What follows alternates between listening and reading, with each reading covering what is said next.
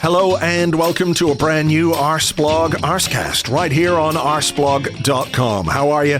Hope you're well. Thank you very much indeed, as always, for being here. We are continuing our schedule of mostly post-game podcasts throughout this season because if you play a game on Tuesday, you can't wait until Friday to talk about it. That just isn't how the media landscape or the podcast world works these days. Maybe it was back in the day, but not anymore. So we're on the mics to talk about a win in the Champions League last night. Not necessarily the most convincing win, but a win all the same. Not necessarily the most exciting performance, you have to say, but I think there are some interesting things that we can take from this game, both in terms of the performance, the result, and the way this team is playing for various reasons. It's not just one thing. There are obviously many factors involved in that. So we can delve into all of those things. But primarily, we are here to talk about Arsenal 1, Shakhtar Donetsk 0.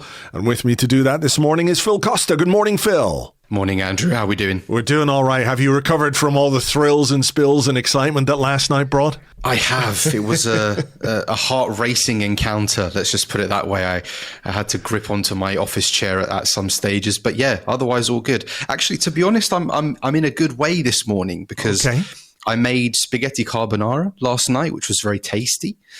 Without patting myself on the back too much. And then I made some toast with scrambled eggs this morning using some of the leftover guanciale from last night. So the day's going well. The day is going well. I do love some guanciale, I have to say. Anyway, we're not here to talk about delicious pig cheek breakfast, but we are here to talk about a 1-0 win over Shakhtar Donetsk in the Champions League. I suppose the first thing we should say before we get into the nuts and bolts of it is that we won all 3 points, which is, I think, important in this new Champions League format. I heard them saying on the commentary last night something along the lines of, well, this is 4th against 18th. And you're like, this doesn't really make any sense to me in terms of European football, you know, because we're used to these 6-team groups and we understand implicitly how important each game is, whereas now you're sort of like, well, yeah, I know winning is important, but like, what does it all mean in the grand scheme of things? And it'll all play out in time, I guess. But we won. It's a clean sheet, 3 points. That part, I don't think we can have any arguments with. No. You said 6-team groups, by the way. It's 4 teams, 6 games. Oh, sorry. That's what I meant. 6 games, yeah. Yeah, but I said it after the Atalanta game. We even spoke about it after PSG. We need some time to get used to this, I think. And just the sheer amount of games means that early on there's not a lot of jeopardy, I think, or it doesn't feel like there's much jeopardy at the moment anyway, as you kind of feel your way in. We've played some big games without them being huge yet. And, you know, usually what you do is in the Champions League, you look across the other groups and you see, okay, who's doing what? Let's look at it this way, first against second. These kind of narratives play out along the way. And it's just, yeah, there's still a lot of games left to play. We still don't really know where we stand yet. So we just have to win. We just have to win. And like you said, that's the most important thing, especially after losing against Bournemouth on Saturday. Look, it wasn't vintage Arsenal. I don't think anybody will say that or feel comfortable saying that. But we were at home, we won, and we've got a big game on Sunday. So that's kind of where I'm at. It wasn't vintage, it wasn't entertaining or thrilling or great, but 3 points are 3 points, and there will always be 3 points. Yeah, I'm just looking at the table here because I have no concept of who's done what really or where we actually stand after 3 games. Aston Villa are top. With 9 points, the only team with 9 points so far, 3 wins from 3. We're in 4th with 7 points.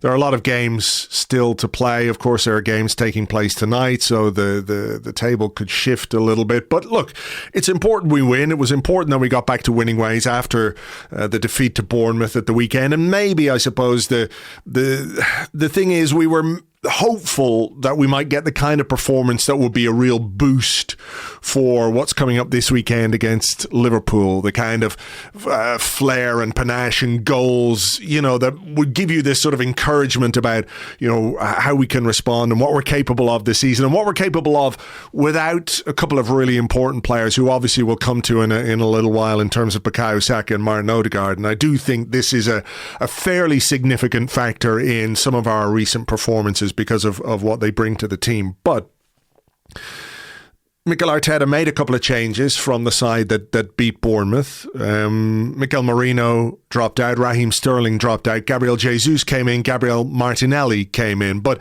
beyond that, it was 9 of the team that started against Bournemouth started this game as well.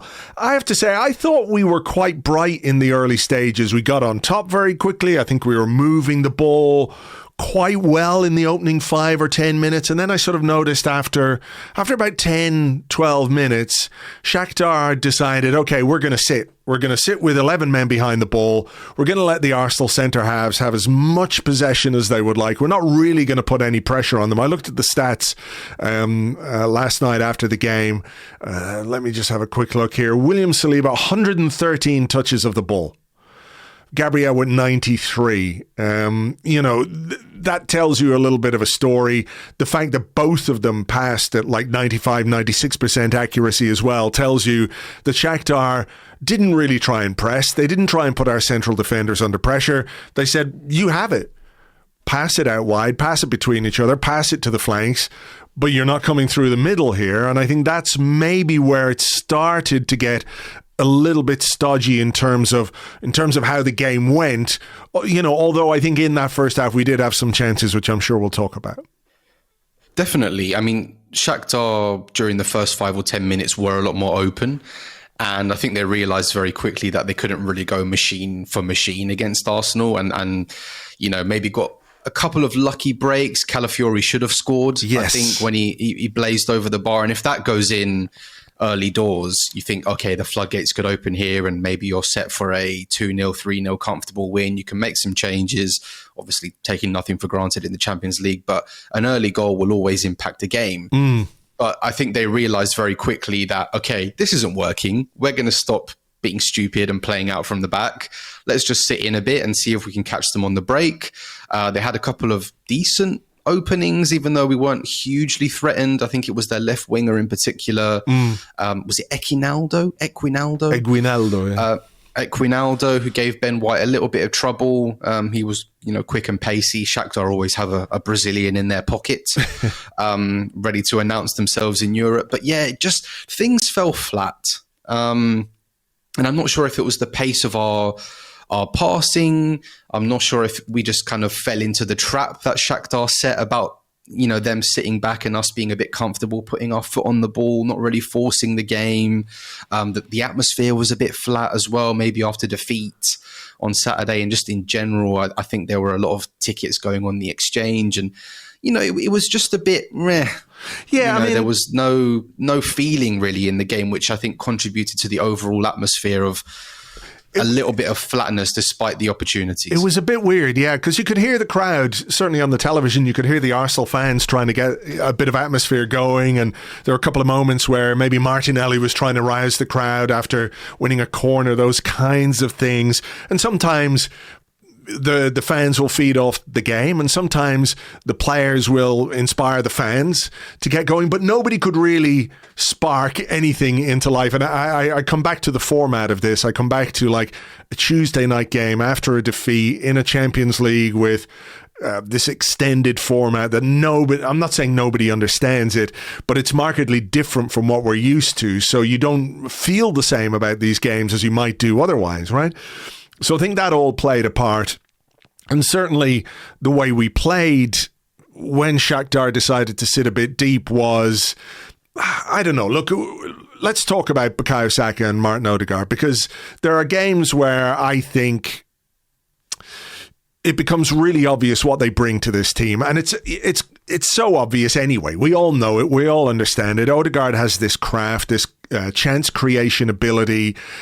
He allows you, in games like yesterday in particular, I think, where Odegaard really comes to the fore is the ability to, rather than have your two central defenders be completely secure in possession, you've got Martin Odegaard in midfield where you can give him that ball and he can operate in those spaces, and you're immediately playing higher up the pitch. You're finding different passes. You're forcing the opposition further backwards. Whereas I'm not saying it was easy for Shakhtar. They kept this sort of compact block. But when most of the possession is happening between your two centre halves, be in our half, centre circle, halfway line, that kind of stuff, it's a lot easier to deal with. And I think when you come to the Emirates, if you're playing an Arsenal team without Martin Odegaard and without Bukayo Saka, who kind of have this relentless creativity is not necessarily the right word, because I think what Saka does is he just sort of knocks on the door and keeps knocking on the door and keeps knocking on the door, whether it's a shot, whether it's a dribble, whether it's a cross, whether it's a ball to the far post, and those combinations with Odegaard. I mean, yesterday really felt like we missed what those two guys bring. And again, you don't have to be any kind of expert to say Arsenal are missing two brilliant players, and that's why they didn't play quite well, as well as they might. But it seemed very obvious to me that their absences rather were a big part of the problem. I think so. It's funny how quickly things can change in football, because after the PSG win, we both sat here delighted with our performance and made a point of referencing how many faces this Arsenal team has. Sure. We could press, we could dominate possession, we could defend, we can match teams physically. We were, already missing Odegaard by that point, but still had Saka. With Saka missing as well, I would say at least two of those faces have left the party. And I'm going to surprise some people here, but having good players is good and not having them is bad. So they are such strong influences on this team, personally, tactically, technically. And while you can maybe get by in the short term, which I think we did really well, over a longer period of time, you start to feel those absences. And whatever level you're playing at, from non-league to the Champions League, you will always miss not having your best players. And losing both of them together has had an understandable ripple effect. And I think we just look a bit functional at the moment, but also not as decisive in the final third. Like you said, the efficiency of Saka in particular is a huge miss, but also that willingness to just keep creating chances through an Odegaard figure, for example. We've also lost two of the three key figures of our right-hand side. So there's a lot of reshuffling and a lot of new relationships being formed. We've lost some automatisms. It's not overly surprising we're in this position. But I think yesterday, and maybe Saturday, following on from Saturday, was the first time really we're thinking, okay, we're really starting to feel them now, the absences.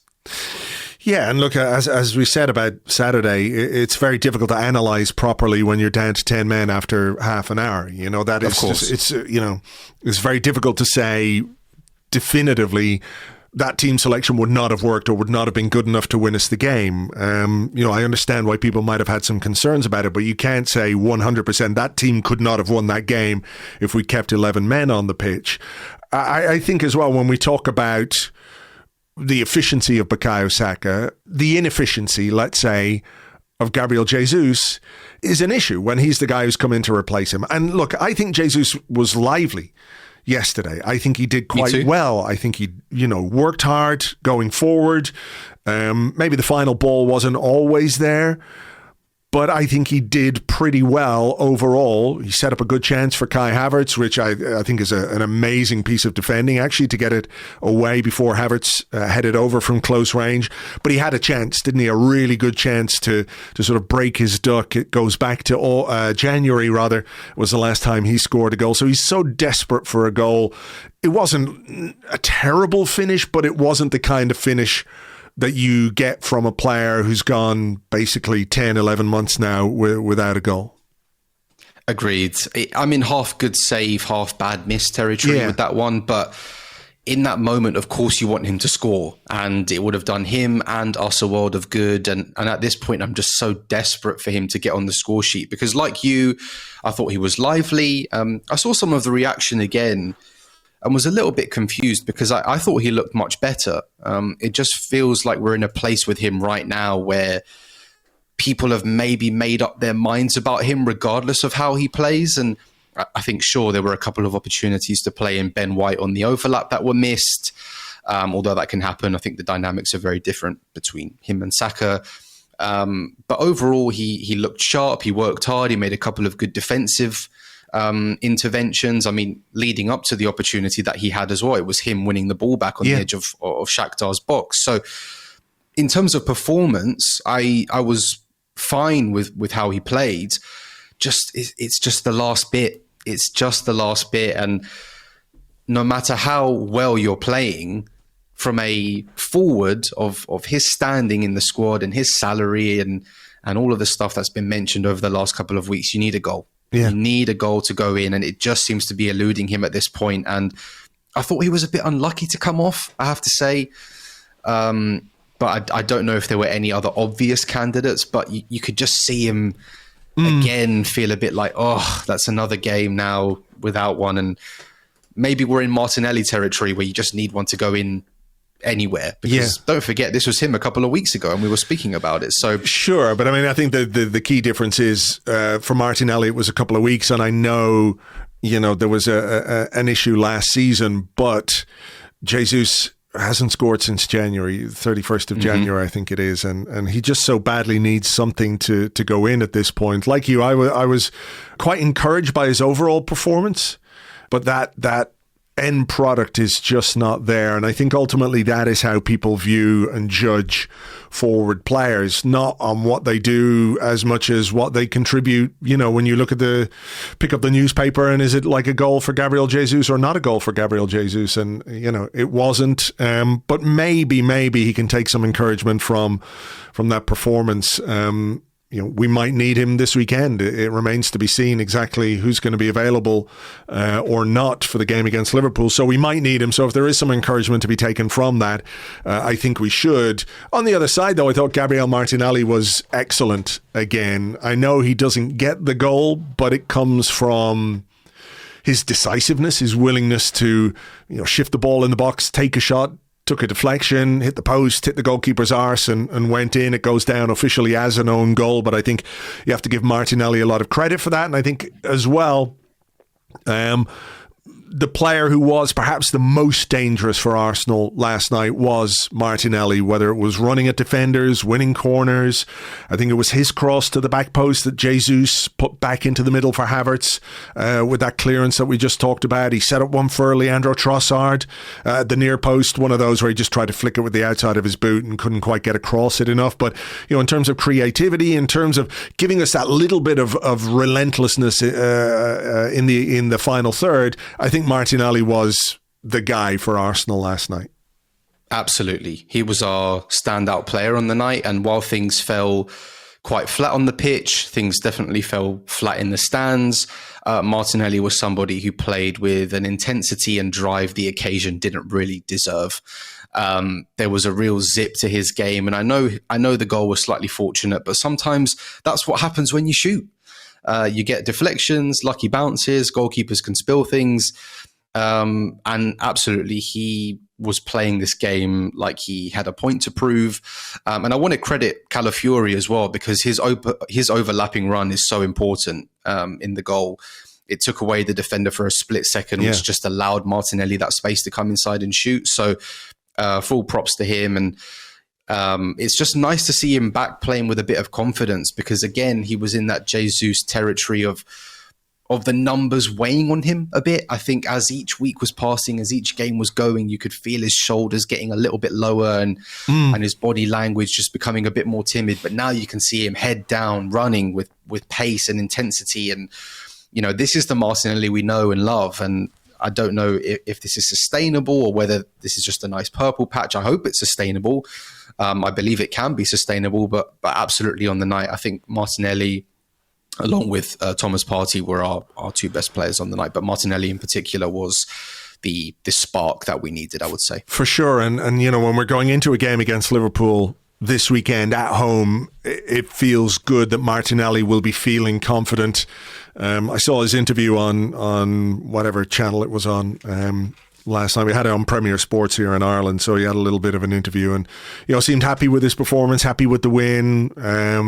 And if he can take that into Liverpool, then that's a good thing. And Arteta described this as a game of, well, he's two very different halves. He didn't quite say a game of two halves, but he said two very different halves, where I think even with some of the concerns that we have about the performance overall and some of the lack of creativity, the functionality maybe of the team, where it's not quite as dynamic as you would like, for a home game against opposition who were decent, but I think probably there for the taking.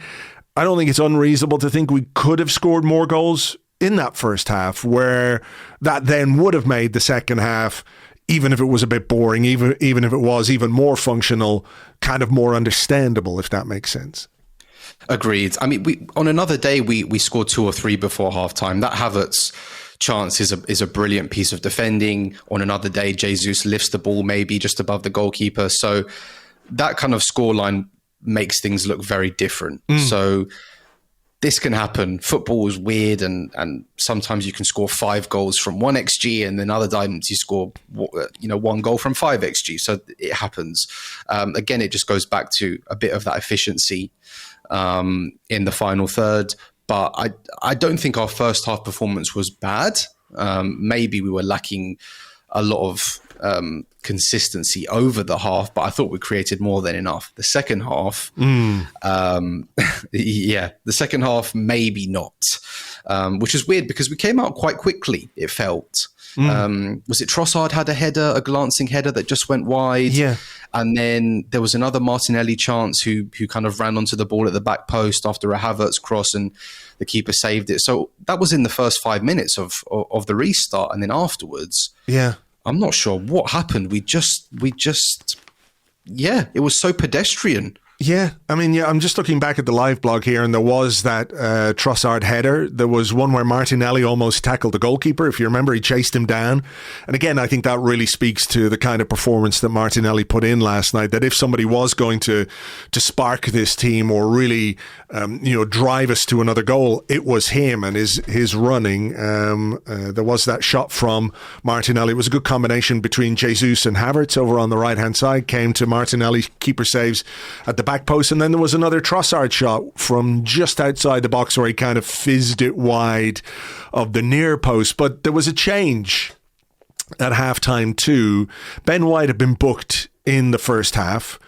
I think maybe a little bit of a harsh booking. Nevertheless, Mikel Arteta decided, after what had happened on Saturday against Bournemouth and in previous games, that he was taking no chances whatsoever of Ben White being given a second yellow card. So he took him off, which may not be a bad thing in terms of, this weekend and giving him a rest and keeping him relatively fresh. But it meant a rejig. Mikel Merino came on in midfield. Thomas Partey went to right back, and I think that had an impact on us because Thomas Partey, probably, for me anyway, had his best 45 minutes in midfield of the season in that first half. I was going to ask you about him because I think it's worth mentioning because, I mean, I've certainly been critical of him. What did you make of his performance? I thought he's looking good again. Yeah, I agree. That 45 minutes, he looked like he was sharp. He was winning tackles. He was intercepting. He was playing the ball well in tight spaces, just keeping it moving. I thought it was a really impressive 45 minutes from him. But then he's asked to play at right back, which I think changes the dynamic of his game. It also changes the dynamic of our game. Mikel Merino is a guy who's finding his way with this team a little bit. I think there is I don't want to say himself and Declan Rice cancel each other out in midfield by any means, but I think Merino is still trying to build relationships with players in areas of the pitch. I think it did have an impact on how we played and how we were able to get forward and what we were capable of doing in terms of progressing the ball, because Rice and Merino felt a bit like they always looked a little bit like they were facing the camera, if you know what I mean, in terms of their body positions and body shapes, rather than looking forward and trying to get the ball forward. There was a lot of lateral movement in our midfield and not necessarily enough, without sounding like a complete wanker, verticality. Shots fired at all the tacticos there, Andrew. No. It's normal. I think this is normal. He doesn't look 100% fit yet to me either. There were a couple of times the camera panned in on him and he was looking quite heavy breathy, if that's a way to say it. You know, I think it's perfectly normal. He came in and had the injury straight away. He didn't have the ideal preseason, obviously having gone to the Euros, won the Euros, and then the whole limbo between him and Real Sociedad and Arsenal was taking place. So there's a lot of catching up for him to do on the pitch, off the pitch, which I think is absolutely fine. I think he only made 12 passes in 45 minutes, which is not great. No. But also that left 8 role needs a bit of, you know, it takes a little bit of time to get to grips with it, is what I would say. And I completely agree about him and Rice kind of occupying the same sort of zones, especially once Partey went to right back, who's very much a guy who will sit there and just sort of move across like a crab. Rice likes to go, Marino likes to go. So sometimes they did step on each other's feet a little bit, but it's normal. I expected that to have an impact on the team. It was better not to take any risks with Ben White, first of all, like you said, because of the booking, but also because of Sunday, because it looks like we're going to need him at this point. So yeah, it was just a bit side to side, a bit horseshoey. It was going out wide to Partey, then it was coming back into Rice, then it was going to Marino, then it was going to Martinelli, then it was coming back inside to Calafiori, then it was going into Partey. You know, it was just a bit horseshoey and there was no real drive or urgency from Arsenal to push on, maybe with Sunday in mind. I think it's difficult not to kind of consider that aspect, but I don't think it was instruction. I just think the feeling and the vibe of the game did not lend itself to waves of sustained attacking pressure, if that makes sense. You know, we got to about 65, 68 minutes, and I was thinking the change I would like to see now is Ethan Nwaneri come on for Leandro Trossard, play Havertz as more of the focal point. And look, I'm really conscious of the fact that I've spoken about Nwaneri on the Arsecast Extra. I wrote about him and I thought this would have been a great game for him to start. So sometimes, you know, because you say something and it doesn't happen, it doesn't mean it's a big thing, right? But there is a little tinge of disappointment when you're thinking, ooh, you know, could he have come on and done something in this midfield? Could he have been a little bit of a spark? I absolutely think he could have, but also my gut feeling is that he didn't come on because we had to make an enforced change when Riccardo Calafiori went off. So there are a couple of things about this that I'd like to discuss with you. First, it's interesting to me that Miles Lewis-Skelly was the guy chosen to come on at left back rather than Alexander Zinchenko, who is back on the bench, who is a very senior, experienced option, who you would think in a game like this against, you know, his compatriots would be probably the perfect choice to come on for Calafiori, right? The experienced option. Instead, Miles Lewis-Skelly comes on. Now, it might be a pecking order thing, or it might indeed be just a fitness thing. But if he's on the bench, I don't really see why he can't come on. The second thing is that I saw the Calafiori incident where he picked up that injury, and I cannot believe that he was allowed to go back onto the pitch only to sit down again within a minute, because it seemed so obvious to me watching that replay. I was wincing at home, as I'm sure many people were. I get that there's a process or whatever it is. So the physio comes on, he says to them, you know, what happened? How do you feel? If he says, I feel fine to go back on. Yeah, okay. He feels fine. He's going to continue. I think there needs to be, you know, if they can watch replays on iPads on the fucking sideline, somebody else with medical experience needs to look at that replay, be in contact with the physio and say, it doesn't matter what he said about how fine he feels. Let's get him off. Let's take zero risk.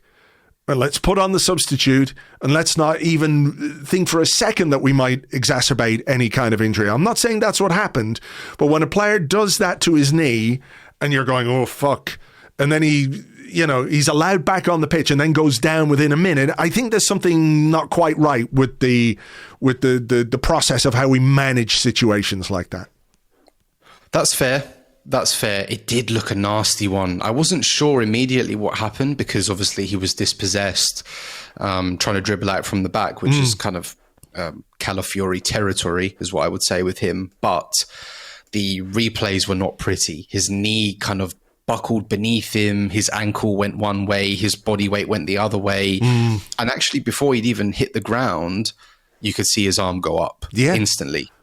So he didn't move. He just sat there as Shakhtar continued an attack, you know? It's clear he felt something.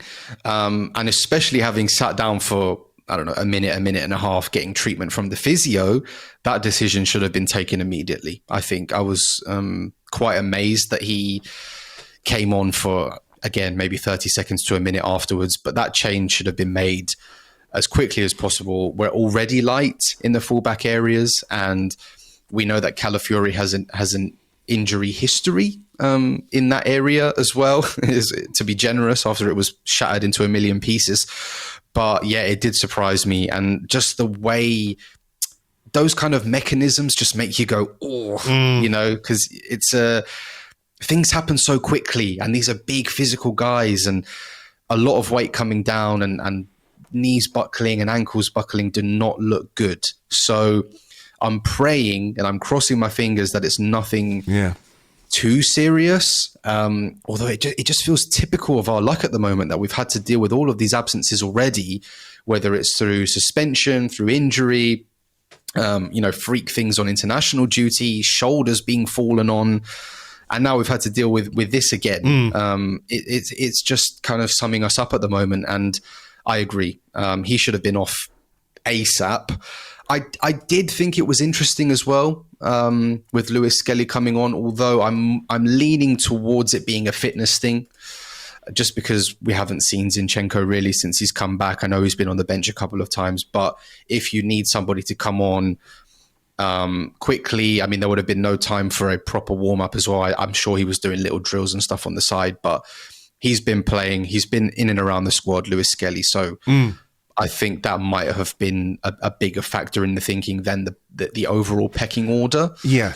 But having said that, I do think over the course of this season, they will look to prioritize his development over someone like Zinchenko, for example, who I think is being phased out of the squad. No, I agree. I just thought it was an interesting decision, you know, because the experience of Zinchenko in that moment, even if he's not 100% fully fit, you know, you think he could do 20 minutes, and particularly in a Champions League game, high profile against a team from his own country.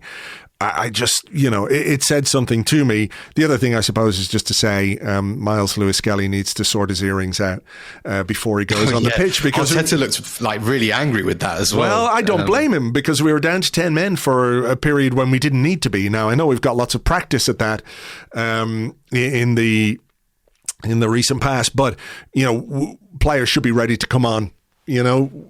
They just need to be ready to come on, and there's a little lesson for him, which I'm sure he will learn. Came on, did quite well. But going back to Nwaneri, my feeling is, and it's not necessarily something I necessarily agree with, but I think Nwaneri's chances of coming onto the pitch were hit by the fact that we had Miles Lewis Skelly on. Like Arteta did, because it was a tight game, he didn't want to put two 17-year-olds on the pitch. I would have had no problem with it. I think you can get rewarded for bravery, and I think what Nwaneri could have given us on a night when I think Trossard was very, very lucky to stay on for as long as he did, for 88 minutes or whatever it was. You know, it was still a change I would have liked to have seen, but when you put yourself in, or try and put yourself in the mind palace of Mikel Arteta, and think about the way he thinks about it rather than what you or I would do or anyone listening would do, that was what occurred to me, was that he did not want to make the team too young in a tight game where, you know, one goal from the opposition would have been not fatal, but it would have obviously had a big impact on the result and the points we had on the board. Yeah. I think we have to tread this line carefully, because there should be an acknowledgement, and Arteta said as much during his press conference on Monday, that young players and their development need extra attention. And I'm not saying Ethan Nwaneri is the saviour of this Arsenal team in the absence of Martin Odegaard. But I am still a little bit disappointed we haven't seen a little bit more of him during his absence. Stylistically, he is the most analogous thing we have to Odegaard. And during a time where we have lacked some creativity and spark in attacking areas, having a wild card or a joker like that in the pack could make a huge difference. On another day, we are 2-0, 3-0 up after an hour, and then we can bring him on with a bit more comfort.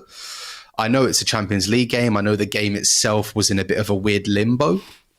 But yeah, it's a difficult one. I would have had no issue with him starting, to be honest. Me either. And I was a little bit disappointed that he didn't, but to not see him at all, it was a little bit frustrating. However, the team is in a delicate position at the moment, and I'm sure he'll play. Is it next week against Preston? Yeah. So I'm sure he'll feature then, and we'll get to see him. But over the last few weeks, I have been a bit surprised that he didn't feature a little bit more. Yeah, same. And I think that, the Champions League debut or a Champions League first start could have been very beneficial for him. But look, we're saying this from the outside, and Mikel Arteta and his coaching staff are the ones who have the most information about Nwaneri. But like you, I've been just a little bit frustrated and disappointed that we haven't seen a bit more of him. And I think last night conspired to scupper his chances in a way. The injury to Calafiori, I think, did play a big part. Nevertheless, there was a great chance for Arsenal to secure the game when we were awarded a penalty. It's a weird one because I didn't, in real time, I didn't see a handball. In real time, I didn't see any single player appeal for a penalty. And we were about to take a corner, and all of a sudden the ref is saying, "Oh, stop here, there's VAR." Went over to have a look. I have to say, I think it's a pretty generous penalty for us. It's one of those where he's just running back. He's trying to block the ball. I know it hits his hand. Is there even an Arsenal player behind him who's going to benefit from that? I'm not 100% sure. I'd have to watch it again. I'd be frustrated if that penalty was given against us. Agreed. I thought it was soft. I will say those tend to get given in Europe and in the Champions League. They are a lot stricter on handball for some reason. I don't know if that's a specific instruction from UEFA or whether they just are like that across their respective leagues. I don't know.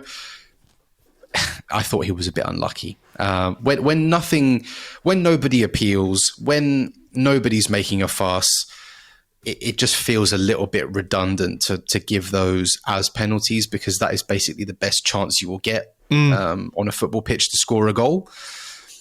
And the punishment did not really fit the crime, if that makes sense. I thought it was a bit harsh, and to go over it with replays and all of that stuff, I think it's going to look worse. Yeah. I wasn't complaining. I'll take those if we can get it. I would have been fuming if we were the ones conceding it. That's just how football is. But yeah, if I was the referee or if I was within that VAR team, I wouldn't have given it, I have to say. No, I think it was generous, but it was a chance. Were you surprised that Kai Havertz didn't take the penalty? Yes. I was really surprised that it was Trossard and not Kai Havertz, because, I think they said it to Arteta afterwards that this was a chance for him to score in his 8th successive home game. So obviously they had a discussion between Havertz and Trossard. I think they were the two who were going to take it. But I think Havertz is a better penalty taker than Trossard. I think he should be ahead of Trossard in the pecking order. And look, we don't know what the conversation was. Maybe Havertz wasn't feeling it. Maybe Trossard was feeling it. Not a good penalty, though. It's one of those where if it goes in, people are like, "Oh, cool as a cucumber down the middle." But you've got to execute that penalty a little bit better. You have to lift it. You got to lift it down the yeah. middle. You need to lift it a little bit. It felt a bit lazy to me, and yes. that kind of summed up the second half to me. It was not at 100%. I think 80% would have been generous. I would have had that second half at 50%, and that penalty, even the approach, it just didn't feel like he struck the ball with any conviction, and. Like you said, if the goalkeeper scrambles the other way and it trickles in, absolutely fine. You've done him. But even if you do go down the middle, you have to lift it. And he didn't. So just just frustrating, summed up the game, or summed up the half, I'd say. Yeah, summed up Trossard, I think, in the last couple of games as well. Where are we now in the circle of Leo? Where it's true. There's this weird cycle where he sort of plays himself into the team with some really good performances, often, coming off the bench to great effect. And everyone says, well, you've got to reward him with starts. And he comes in, he plays quite well, and then sort of dwindles off again, loses his place, goes back to the bench, becomes effective again from the bench, plays himself back into the first team, and then it's like, is he really a starter again? And we sort of have this weird circle with him because, he's been really good, no question. He's contributed a lot of end product, but he does have these little fallow periods in terms of his own form, which are consistent, right? It's not like it's just happened once. This has happened quite a few times in his time at this club, where he's like up here, then he's down there, then he gets back up here, then he's down there again, So where are we in this one? Is it a sort of a low period? And I know it's only maybe a couple of games, but it is what it is with him. I think we are in a little bit of a low period. Trossard reminds me of that meme when it's like the timeline, and it says, "Oh boy, am I excited to watch my favorite team play," at the start, and then the whole of the middle period is just, "I'm going to kill myself," and then the end is, "Nice, we won." That's what he reminds me of, in that he'll score or come up with an assist or a bit of end product, but the rest of his game is a bit untidy, a bit frustrating. I know he took corners with his left foot, which is cool, but there was even another dodgy back pass yesterday when he tried to knock it back to Gabriel, and it fell straight to their winger, and he went for the shot, which went wide, but there was an easy pass to his right that if he played in the other guy, he would have had a free shot at goal. So just these little technical inconsistencies you see in his game sometime, and they leave you really scratching your head. But I think the reason he is playing at the moment, because in the absence of Saka, in the absence of Ødegaard, that relationship he has with Kai Havertz is pretty much the only consistent one we have in this team at the moment, beyond maybe Gabriel and Saliba. So he's kind of in the team through necessity.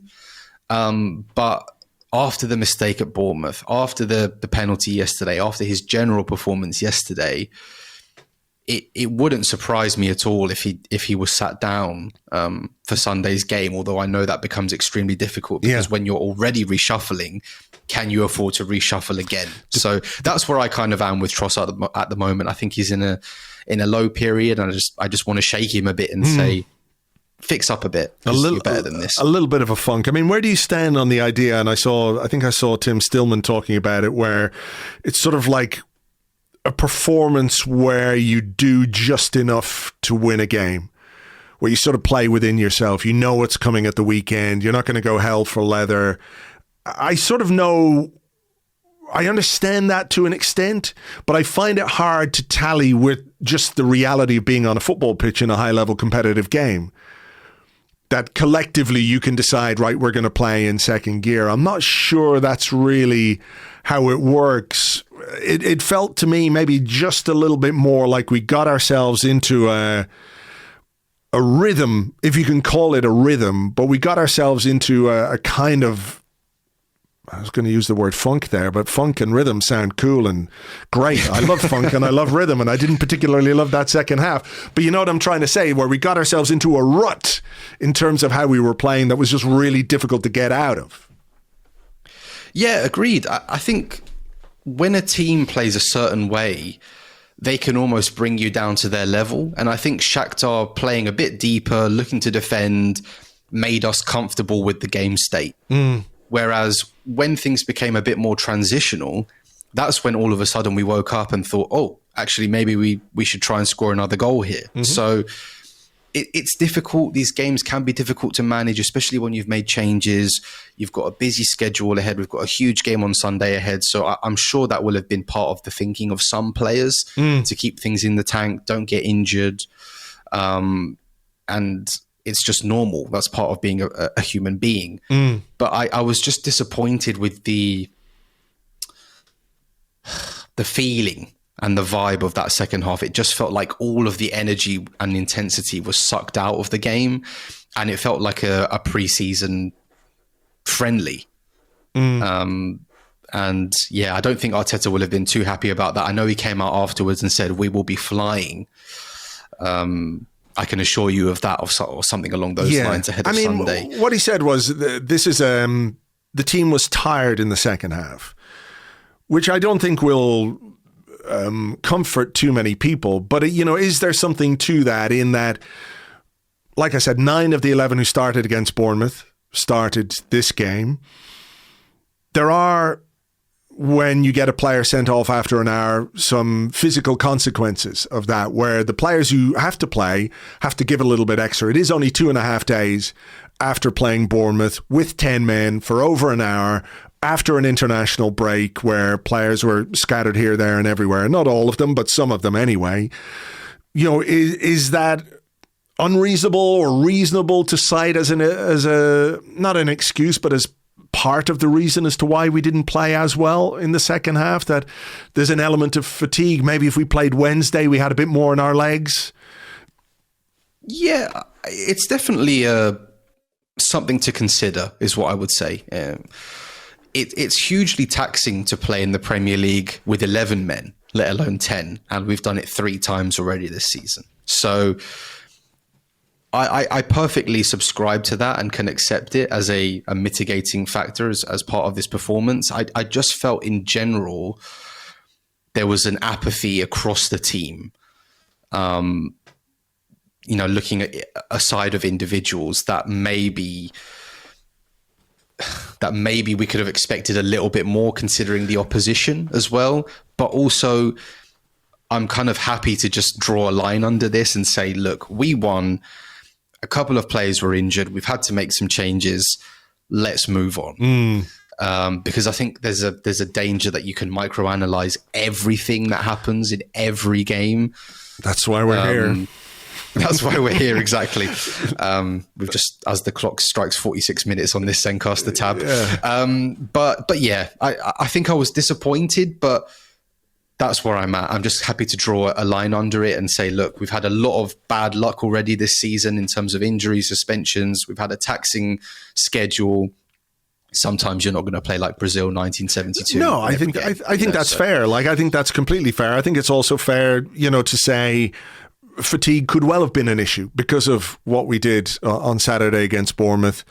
But at the same time, I don't think it's unreasonable to expect an Arsenal team to do a little bit more in a game like this. So the two things can exist quite happily together, in my mind anyway. I think there are reasons why we look tired, but I also think we could have done more. And I think part of that, again, is maybe coming back to just being a little bit braver in terms of the changes we made. I mean, one change he did make was Raheem Sterling coming on for Gabriel Jesus. On paper, one of those you look at it and go, I kind of understand that. Jesus was all right, didn't get the goal, hasn't played a huge amount, got 70 minutes under his belt, whatever it was. Get Sterling on, see if he can do something in the 20 odd minutes that he's on. It was another very indifferent cameo from Raheem Sterling. And look, there's time, obviously, for him to contribute. But I'm not a... Say it. I'm not a big fan of what I'm seeing from him when he is on the pitch for us, leaving aside the EFL Cup game against Bolton, which I think you just have to put in its own box because it is a game against a team that are 2 leagues below you. Yeah, I wasn't happy with him yesterday. There was a lot of discussion. There was a lot of discussion about him being the sacrificial lamb at Bournemouth, because people thought he can give us some pace on the break. He has a good goal scoring instinct. Maybe he can be the guy to create some chaos in transition. He ended up being the one that was taken off. So I think that clouded a lot of what happened in the game during the first 30 minutes of Bournemouth, where I didn't think his defensive output was great and his general involvement in the game was not great. He came on in this one. Can you be a guy to spark something going forward? I thought he was a passenger, to be honest. And there was one 50-50 in particular where he completely bottled, and it showed a reverse angle, and Havertz was absolutely fuming. He was absolutely fuming at him, and that doesn't happen here, mate. That doesn't happen here. You need to work hard, and I get it. You've come into a difficult situation after what happened at Chelsea. We've given you an opportunity to come in and show people that you've still got something to offer at this level, and to maybe prove some people wrong, which I think is one of the ultimate motivators, especially in sport. But we haven't seen enough of him so far. And when you're maybe not getting into the game on a technical level, the least you can do is work hard and put yourself about. Yeah. And he hasn't been doing that. No. So I'm sure he'll be in the video room. I'm sure he'll be having conversations with Arteta and his coaching staff, because if you want to play for this Arsenal team, you have to work hard, not pull out of 50-50s. I saw his performance yesterday, and it made me understand the change against Bournemouth a bit better, because I had wondered if in that game we could have kept him on the pitch, moved Rice back, reorganised a little different, Marino Partey double pivot, keep Raheem Sterling on. I think I did say on the blog, perhaps it says something about the way Mikel Arteta thinks about Raheem Sterling's ability to do what he needs a player to do when we're down to 10 men. And I think what I saw yesterday was it made that substitution of Kivior on, Sterling off, a little more clear for me. Hopefully we see some improvement from Raheem Sterling in the weeks ahead. I think he will contribute. I think he will contribute this season. There are goals in his game. There are assists in his game. But coming to Arsenal was undoubtedly a step up for him, and it was a big jump into the deep end. So you've got to react quickly, otherwise this season's going to pass you by. Football doesn't wait. Football doesn't wait for people, so you've got to get up to speed. And I think he will. But from what I've seen during these first few weeks and months, I haven't been overly impressed. No, I agree. A word for David Raya as well, who didn't really have a lot to do, but made one superb save. It looked very unconventional. Yeah. Well, I think it took a deflection. That's the thing. I thought the ball had maybe moved in the air or something. It took a deflection, which is why he sort of saved it with his forearm rather than his hand. But it was a great reaction save, a very important save as well, because if that goes in, there's only 4 or 5 minutes to go. I don't think the way we were playing, we would have rallied enough to get another goal. So once again, David Raya has stepped up. I know he had a difficult game against Bournemouth, wasn't at his best by any means, particularly with the ball at his feet. But when we've needed him this season to maintain a lead or maintain our hold on a game, you think about the game against Atalanta, penalty save, it's a 0-0. Without that, it's a very different complexion. So a big moment for David Raya again. Yeah, and the mark of a good goalkeeper when you can... I'm not going to say he was... smoking a cigar and sitting in his deck chair in goal, but he wasn't really tested. No. So always the mark of a good goalkeeper is for those 96 minutes or whatever it is in a game, you need to stay switched on for every second of those. Yeah. And when we needed him in injury time, he came to claim a couple of crosses. He made that really good save, a Neuer-esque save with his forearm. If that goal goes in, that would have been an absolute disaster. So he has saved us 4 miserable days of #narrative and everybody getting the old tropes out about mentality and whether Arteta is the one to take this team forward and blah, blah, blah. So, yeah, good save when we needed him. And I think he had a bit of a point to prove after Bournemouth as well, because he was a bit of a disaster. All right, 3 points, clean sheet, move on were the words of Mikel Arteta. We move on after 53 minutes of talking about that game.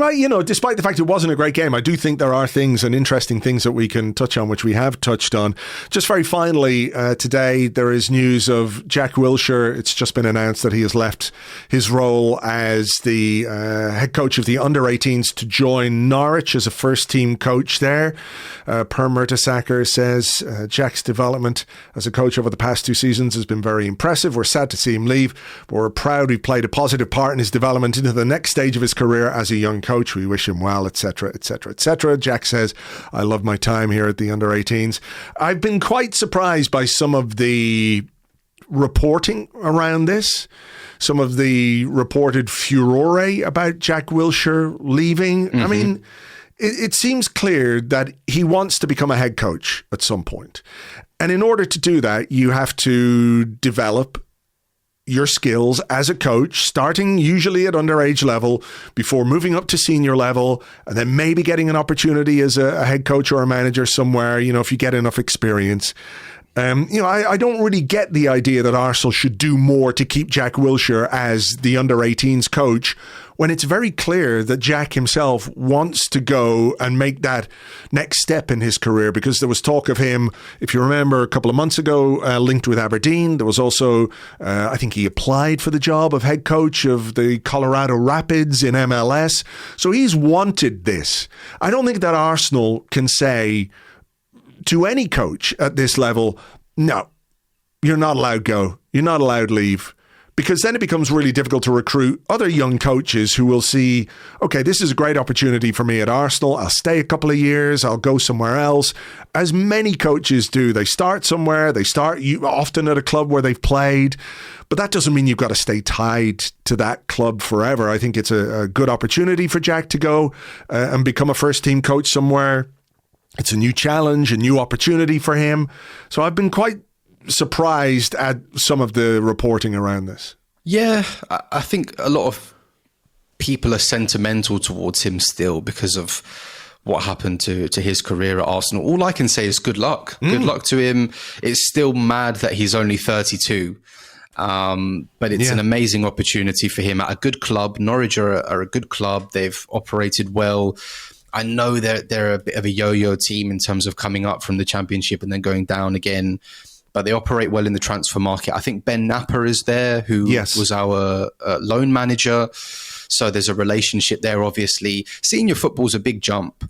But when these opportunities arise, you have to test yourself. And it's a great opportunity for him to go and do that. I've got no issue with it. It's a shame that obviously he won't continue his journey with Arsenal, but am I really going to be upset about it? No. So maybe some of the players he was managing will be upset, but that's football. But that's football, isn't it? Managers you like, leave. Yeah. And coaches you like, leave. So if you're getting upset about this, then, I've got some magic beans to sell you about the sport that you're trying to forge a career in. Absolutely, so, yeah.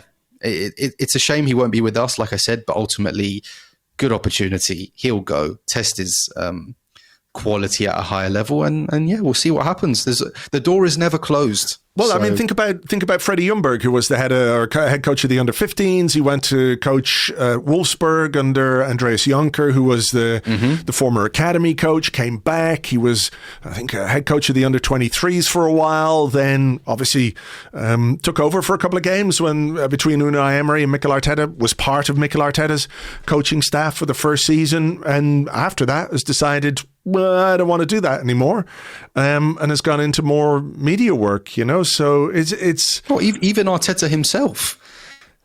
He was captaining the club. He did his coaching badges at the club. Sure, he, went to City for a few years and came back, and now he's been a really amazing manager for us. So he's 32. Yeah, there's plenty of time for him to come back, and I'm sure he'd love to do it if the opportunity is right in future. So. Yeah, good luck, and I'll be watching closely, is what I'll say. All right. Well, best of luck to Jack Wilshere on his new career path as a first-team coach at Norwich. For now, though, Phil, we had better leave it there. As ever, thank you very much. A pleasure. Thanks for having me on. Thank you very much indeed to Phil. You can find him in all the usual social media places. So now we just sit and wait and keep fingers crossed that the injury to Riccardo Calafiori is not as serious as we fear it might be. I suppose the thing is, when any Arsenal player gets injured, my glass turns from half full to completely half empty. Is completely half empty even a thing? Is that possible? Can something be completely half empty? I think you know what I'm saying, though. I fear the worst That's all it is when it comes to injury. So we'll keep fingers crossed for Riccardo Calafiori and perhaps as well for Bukayo Saka and Jurrien Timber ahead of this game against Liverpool, where I think our chances of winning that game would be significantly improved if they were available to Mikel Arteta for Sunday's encounter with the Mug Smashers. That is a game that we will preview over on Patreon on Friday. So if you're not already a member on Patreon, getting access to all of our exclusive content, you can sign up at patreon.com/Arseblog. It is just $6 a month. That's patreon.com/Arseblog. So in the meantime, light your candles, say your prayers, do whatever dance you need to do to make sure that these players are fit and ready for Sunday. And we will catch you on the next one. Until then, cheers. Bye-bye.